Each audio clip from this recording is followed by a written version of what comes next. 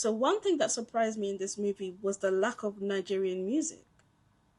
Oh, I was very, very surprised by that because I did a bit of digging because I was like, but I know there was a lot of interesting stuff going on with Nigerian music at the time. So from what I understand, Fela Kuti's Piece of No Nation came out a couple of years before the timeline for this movie. And I was like, that's such a missed opportunity. Now, of course, there could be licensing issues around music and stuff like that, but you can still maybe create other forms of music, maybe engage local people. I just think those scenes where we're getting introduced to Nigeria and more importantly Lagos, I would say, it felt too quiet for me. As someone who's been there before, I was like, this is not right. If someone were to try and make a movie about Jamaica and I'm not hearing music, I know there's immediately something wrong. So that was something that stood out for me.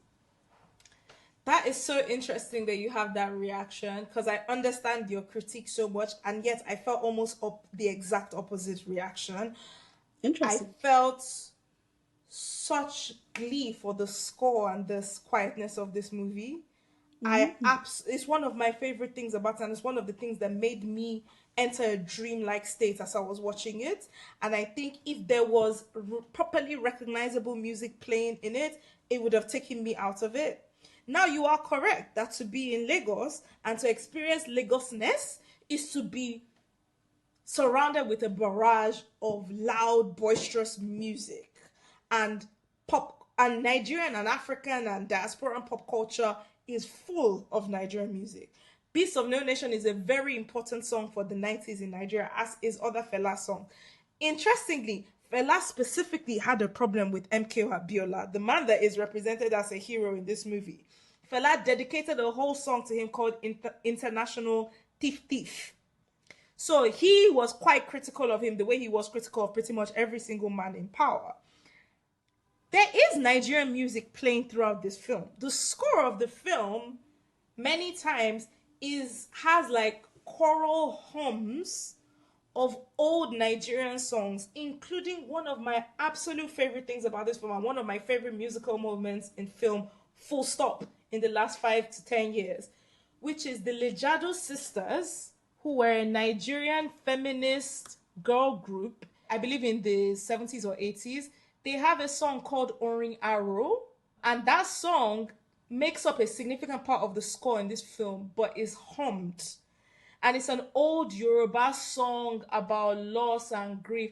And in the scene where they're in the amusement park, of which some of those shots in the amusement park are some of my favorite shots of this film, you're hearing it being hummed in the background.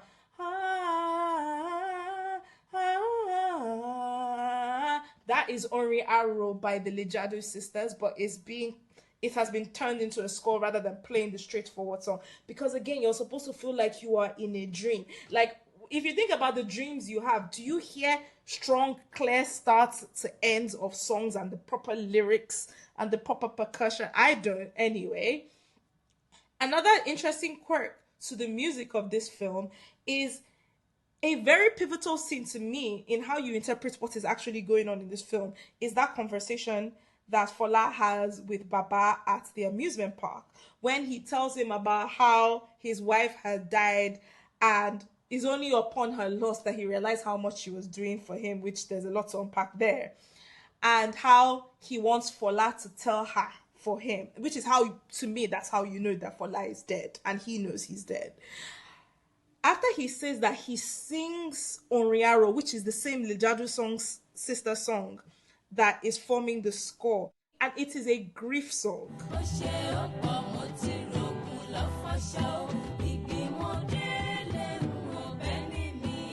In setting the concept that mourning is running through this film, mourning of the concept of the nation that never was, mourning of this father figure that you never got to know.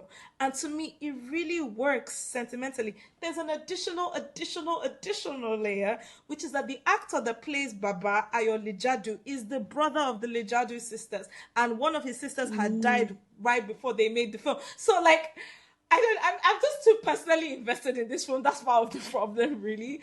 But like the restrained take on Nigerian music, it does actually really work for me in the case. And at the end of the film, when the credits roll, Ori Arrow starts playing again. And when that moment happened in the theater, I burst into tears. And this is the only time you hear the proper song with the actual original vocals from the Lejadu sisters. And I burst into tears when that happened in the cinema.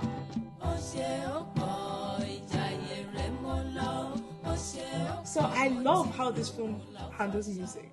But I also understand your critique. The movie that would do that is a different type of movie, which could also be a great movie, but it's a different type of movie. This film addresses politics, but it's intentionally also not addressing it too head on. Do you understand what I mean? Yeah, I do.